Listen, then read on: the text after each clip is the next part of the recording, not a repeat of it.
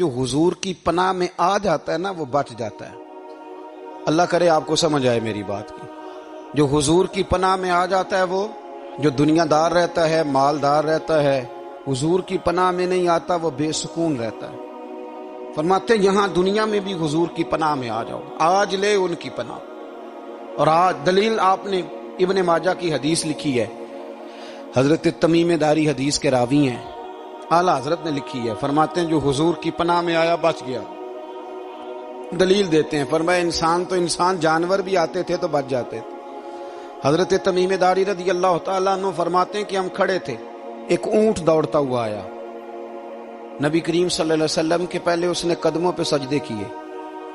صحابہ کہنے لگے حضور ہمیں بھی اجازت دیں. فرمایا وہ تو بے زبان ہے، اسے تو پتہ کوئی نہیں، پیش نظر ہے وہ نو بہار، سجدے کو دل ہے بے قرار، روکیے سر کو روکیے یہی تو امتحان ہے.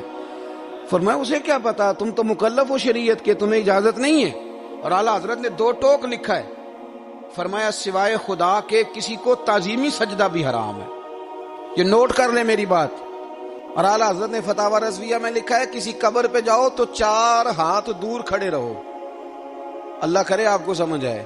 کتنے ہاتھ؟ 4 ہاتھ دور کھڑے رہو، سورۃ فاتحہ پڑھو، درود شریف پڑھو، جس قبر پہ گئے ہو ان کی روح کو اصال ثواب کرو، ان کے وسیلے سے دعا مانگو. اعلیٰ حضرت فرماتے ہیں قبر کو سجدہ بالاتفاق حرام ہے، طواف قبر کا کرنا بالاتفاق حرام ہے. بوسہ لینے میں اختلاف ہے کہ جائز ہے کہ ناجائز ہے، لیکن بوسے سے بھی چونکہ شک پڑتا ہے تو فرماتے ہیں احمد رضا کی رائے یہ ہے کہ بوسہ لینے سے بھی بچا جائے. وہ آ گیا تو اس سے اگلی باتیں کرتا ہے، بس خاموش رہ، باادب رہ اور پیچھے رہ. تو حضرت تمیم داری کہتے ہیں یہ حدیث اعلیٰ حضرت نے لکھی ہے لمن والعلا میں. فرماتے ہیں کہ اونٹ نے پہلے سجدہ کیا، قدم چومے، پھر اس نے حضور کے کان میں کوئی بات کہی. روزے دے دوالے نے غلاماں دیاں ٹولیاں، ایک پہ سندا کروڑاں دیاں بولیاں.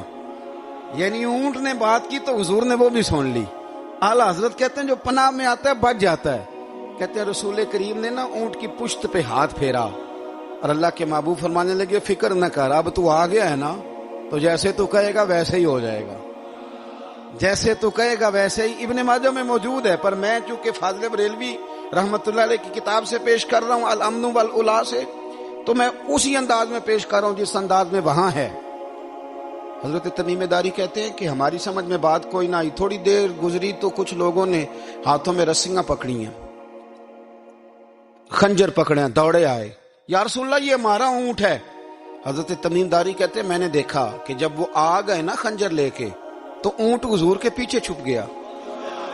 آج لے ان کی پناہ، آج مدد مانگ ان سے. وہ حضور کے پیچھے چھپ گیا. وہ کہتے ہیں کہ نبی کریم صلی اللہ تعالی علیہ وسلم نے فرمایا کیا مسئلہ ہے بھائی؟ یا رسول اللہ ہمارا اونٹ ہے. ذبح کرنے لگے تھے دوڑ آیا ہے. تو حضور فرمانے لگے وہ تو تمہاری شکایت کر رہا ہے. وہ کہتا ہے یا رسول اللہ میں نے برسوں ان کی نوکری کی، برسوں میں نے بڑی نوکری کی. صحیح کہتا ہے یا رسول اللہ؟ ٹھیک کہتا ہے. حضور اب بوڑھا ہو گیا ہوں، تھوڑا زیادہ بوجھ نہیں اٹھا سکتا، تو مجھے ذبح کر کے کھانا چاہتے ہیں، میں مرنا نہیں چاہتا. نبی کریم فرمانے لگے اچھے لوگ یہ صلہ دیتے ہیں. انہوں نے عرض کی حضور آپ حکم کر دیں، ہم اس کو چھوڑ دیتے ہیں یا رسول اللہ، نہیں ذبح کریں گے، خدمت کریں گے. حضور فرمانے لگے نہیں، اب میرے پاس آیا ہے نا، اب میں نے واپس نہیں کرنا. آج ہو گیا ہے، آج لے ان کی پناہ، آج مدد مانگ ان سے، آج ہو گیا یا رسول اللہ پھر رکھ لیں. حضور نے فرمایا نہیں بھائی پیسے بتاؤ کتنے؟ یا رسول اللہ نہیں کچھ نہیں. نبی کریم علیہ السلام نے فرمایا نہیں بتاؤ کتنے، بتاؤ کتنے. انہوں نے کہا حضور ایک دفعہ ریٹ لگایا تھا تو 100 دینار لگا تھا. حضور نے فرمایا بلال دے دو 100 دینار. 100 دینار دے دیا. اعلیٰ حضرت فرماتے ہیں دیکھو ان کی پناہ میں آنے کی برکتیں کتنی ہیں. ان سے کہا تم جاؤ، وہ چلے گئے. حضور نے پشت پہ ہاتھ پھیرا، فرمایا جا تو آزاد ہے. حضرت تمیم داری کہتے ہیں وہ پہلے گیا پھر پلٹ کے آیا. اس نے نبی پاک کے کان میں کو بات کی، کئی باتیں کی، پر میں ایک بات کرتا ہوں، کئی باتیں کی. ایک بات کی تو حضور رو پڑے. اونٹ چلا گیا، ہم نے عرض کی حضور یہ کیا کہہ گیا ہے؟ تو محبوب فرمانے لگے یہ کہہ گیا یا رسول اللہ جس طرح آپ نے مجھے چھری سے بچایا ہے میں دعا کرتا ہوں اللہ آپ کی امت کو جہنم سے محفوظ فرمائے، اللہ جہنم سے بچائے آپ کی امت کو، اس طرح مجھے چھری سے آپ نے محفوظ کیا۔ اعلیٰ حضرت فرماتے ہیں کن چکروں میں پڑے ہوئے ہو، کن چکروں میں؟ پیسوں کی پناہ لیتے ہو، عہدوں کے پیچھے چھپتے ہو، دولت کے پیچھے چھپتے ہو، تعلقات کے پیچھے چھپتے ہو۔ فرمایا مصیبت آئے گی تو یہ سارے ہٹ جائیں گے۔ اگر پناہ لینی ہے تو مدینے والے محبوب کی پناہ لو، دروازہ رسول پہ آؤ، نبی کریم کی بارگاہ میں جھکو، حضور سے پیار کرو۔ اعلیٰ حضرت فرماتے ہیں محبوب کا ادب کرو، رسول اللہ کی غلامی کرو۔ فرماتے ہیں پھر کے گلی گلی تباہ، ٹھوکریں سب کی کھائیں کیوں، دل کو جو عقل دے خدا تو تیری گلی سے جائے کیوں۔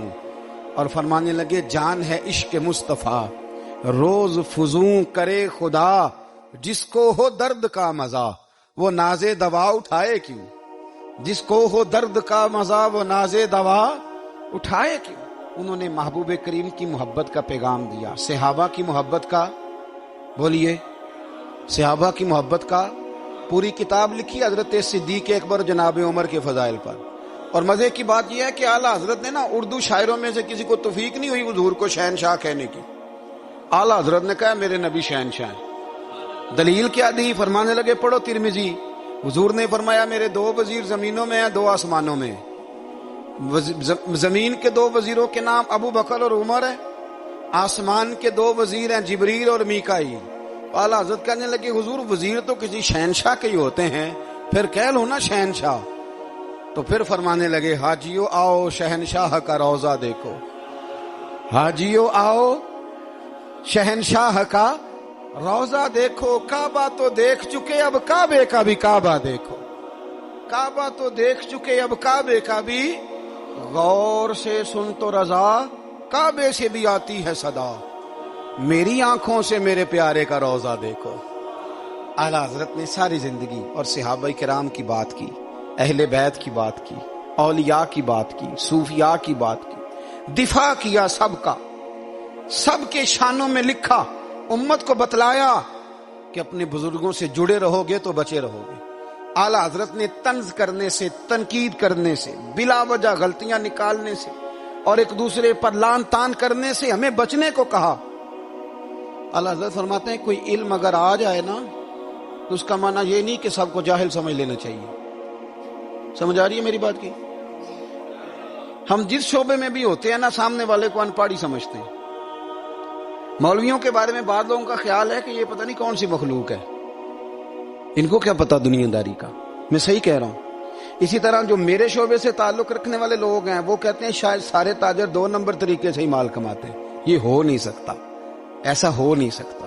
ہمیں نا دوسروں کی اہمیت کی خبر رکھنی چاہیے، ہم ایک دوسرے سے پیار، ہم طنز کرتے ہیں، تنقید کرتے ہیں۔ فاضل بریلوی منع کرتے تھے، آپ فرماتے یہ طریقہ درست، ہم جب غلطیاں نکالنے پہ جاتے ہیں تو معاذ اللہ اتنا اوپر بن جاتے ہیں کہ معاذ اللہ ثم معاذ اللہ اللہ رسول تک پہنچ جاتے ہیں۔ اعلیٰ حضرت کے زمانے میں ایک شخص نے کہہ دیا نبی پاک کا خیال آئے تو نماز ٹوٹ جاتی ہے۔ عقل ہے نا جی، جہاں مرضی لے جاؤ۔ وہ کہنے لگا جی میں نے خالص اللہ کے لیے پڑھنی ہے نا فلسفہ عجیب، نبی پاک کا خیال آئے تو نماز۔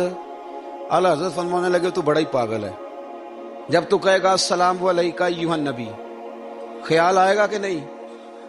فرمانے لگے تو بڑا ہی نادان ہے، جب تو کہے گا اللہم صلی علی محمد وعلی، خیال آیا کہ نہیں آیا؟ فرمانے لگے تو نبی پاک کی بات کرتا ہے، نماز میں تو ابا اماں کا بھی خیال آتا ہے، ربنا اغفر لی والی والدیہ۔ فرمانے لگے ربے کے خیال سے نہیں ٹوٹتی تو مدینے والے کے خیال سے کیسے ٹوٹ گئی؟ فرمانے لگے بڑا ہی بیوقوف ہے تو۔ اعلیٰ حضرت فرمانے لگے تو کہتا ہے حضور کا خیال آئے تو ٹوٹ جاتی ہے۔ فرمانے لگے جب تک حضور کا خیال آئے نہ نماز ہوتی نہیں، جب تک حضور کا خیال نہ آئے نماز ہوتی نہیں، سوال ہی نہیں پیدا ہوتا۔ لوگوں نے کہا جناب وہ کس طرح؟ تو اعلیٰ حضرت فرمانے لگے اللہ نے کہا قرآن میں واقعی الصلاۃ، نماز پڑھو، یہ نہیں بتایا کتنی پڑھنی ہے، اور یہ بھی نہیں بتایا فجر کی کتنی پڑھنی ہے، یہ بھی نہیں بتایا ظہر کی، یہ بھی نہیں بتایا قیام کیسے کرنا ہے، ہمیں یہ بھی نہیں بتایا رکوع کیسے کرنا ہے۔ ہمیں پتہ کیسے پتہ چلا؟ جب صحابہ نے کہا نا رب کہتا ہے نماز پڑھیں تو کیسے پڑھیں، تو حضور فرمانے لگے سلو کما رأیتمونی اصلی، نماز اس طرح پڑھو کرو جس طرح مجھے پڑھتے ہوئے دیکھتے ہو۔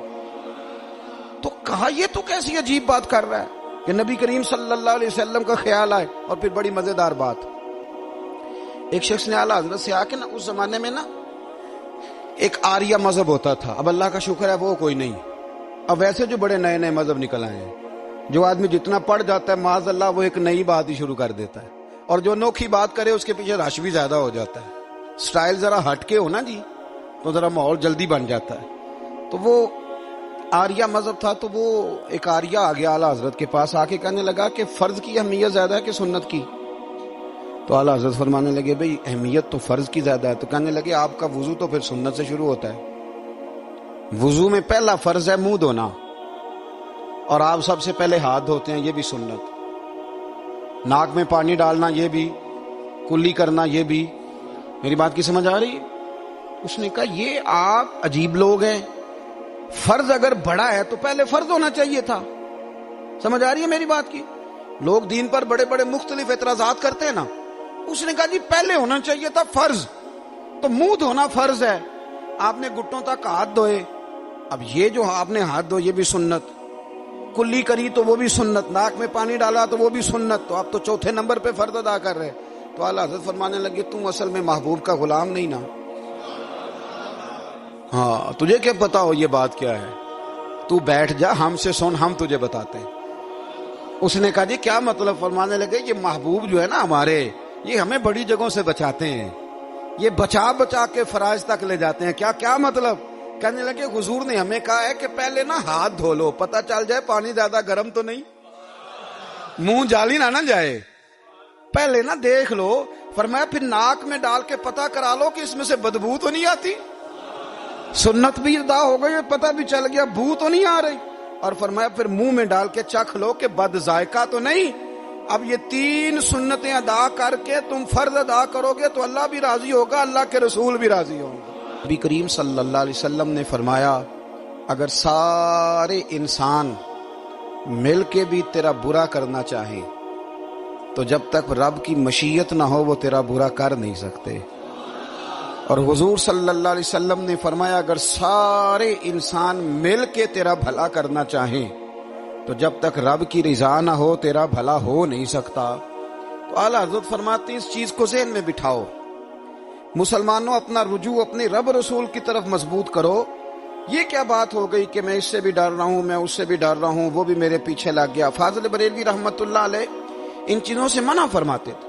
وہ کہتے تھے یہ توہمات ہیں، اوہام پرستی ہے، ہمیں ان چیزوں سے ہمیشہ بچنا ہے، اپنی آنے والی نسلوں کو بچانا ہے. فرمایا کرتے تھے رب کی رضا پہ جو راضی رہتا ہے اللہ اسے سکون والی زندگی عطا فرماتا ہے. ہمارے ہاں لوگ پوچھتے ہیں طبیعت کیسی ہے، لیکن یو پی میں، سی پی میں، لکھنؤ میں پوچھا جاتا ہے کہ کیا شکایت ہے آپ کو؟ کہتے ہیں یہ سر درد کی شکایت ہے. یہ اردو کا ایک محاورہ ہے. جناب کیا شکایت ہے؟ کہتے ہیں جی مجھے کمر درد کی شکایت ہے. پھر پوچھنے والے پوچھتے ہیں کہ جناب اس شکایت کا کیا بنا؟ تو صدر الشریعہ مولانا امجد علی صاحب اعظمی رحمۃ اللہ علیہ فرماتے ہیں اعلیٰ حضرت کو بخار تھا تو میں حاضر ہوا تو میں نے کہا حضور شکایت کا کیا بنا؟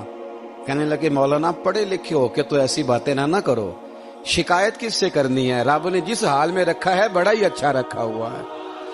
شکایت کا کیا معنی ہوا؟ اللہ نے جہاں سمجھا مناسب اس نے ہمیں رکھا ہے. شکایت کیا ہوتی ہے؟ مجھے کسی سے شکایت نہیں. فرمایا کرتے تھے الحمدللہ مجھے سر درد بھی ہوتا ہے اور بخار بھی ہوتا ہے اور میں بڑا خوش ہوں. یہ وہ والی بیماریاں ہیں، یہ وہ امراض ہیں جو نبیوں کے قدم بھی چومنے آیا کرتے تھے. میں خوش بخت ہوں کہ وہ امراض جو انبیاء کے پاس آتے تھے، سر درد اور بخار، وہ مجھے لگتے ہیں. اپنی زندگی کو رضا والی زندگی بنایا. یقین بڑا کامل تھا میرے اعلیٰ حضرت کا. امام غزالی نے حدیث لکھی ہے، نبی کریم صلی اللہ علیہ وسلم نے فرمایا ہے یقین اس طرح سیکھا کرو جس طرح تم قرآن سیکھتے ہو. آج میرے دور کا سب سے بڑا مسئلہ یقین کی کمزوری ہے. مسلمان کچی پکی سوچیں سوچتا ہے، کمزور کمزور جملے بولتا ہے، اس کو دنیا داروں کے وعدوں پر اعتماد جلدی ہوتا ہے، لیکن معاذ اللہ اللہ رسول کے وعدوں کے بارے میں یہ کئی دفعہ شکوک کا شکار ہوتا ہے. اسے سمجھنا چاہیے. فاضل بریلوی ایک پختہ یقین والی شخصیت تھے، پختہ یقین والی. بریلی شریف کے دائیں بائیں طاعون کا مرض پھیل گیا.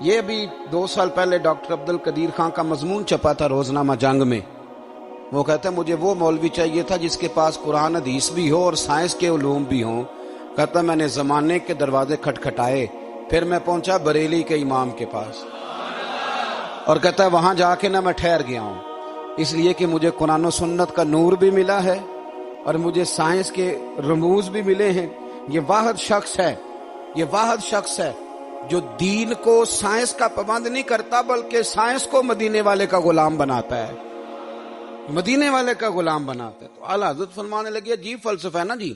آم کھینچ لیا اس نے، سیب کھینچ لیا، امرود کھینچ لیا، پر اس سے 1.5 چٹانک والا غبارہ. تو لوگوں نے کہا حضور پھر مسئلہ کیا ہے؟ آپ فرمانے لگے مسئلہ یہ ہے کہ ہر چیز اپنی اصل کی طرف لوٹ جاتی ہے. ہر چیز اپنی، سیب، امرود، انار زمین سے پیدا ہوتے ہیں تو زمین پہ گرتے ہیں. ہوا کی اصل اوپر ہے، اس لیے جب غبارے میں ہوا بھریں گے تو ہوا اس کو اوپر لے جائے گی. ہاں جب اس سے ہوا نکل جائے گی تو پھر غبارہ جو جس کی اصل ہوتی ہے ادھر لوٹ جاتا ہے. انسان مٹی سے بنا ہے تو جاتا کہاں ہے؟ مٹی نہ تے مٹی رہنا ہی. ایویں کا دی بلے بلے، اج مٹی دے اتے بندیا تے کل مٹی دے تھلے. تو اعلیٰ حضرت رحمت اللہ تعالی علیہ نے نا اپنے سارے علوم کو نبی پاک کا غلام بنا دیا. آپ فرمایا کرتے تھے آج لے ان کی پناہ، آج مدد مانگ ان سے.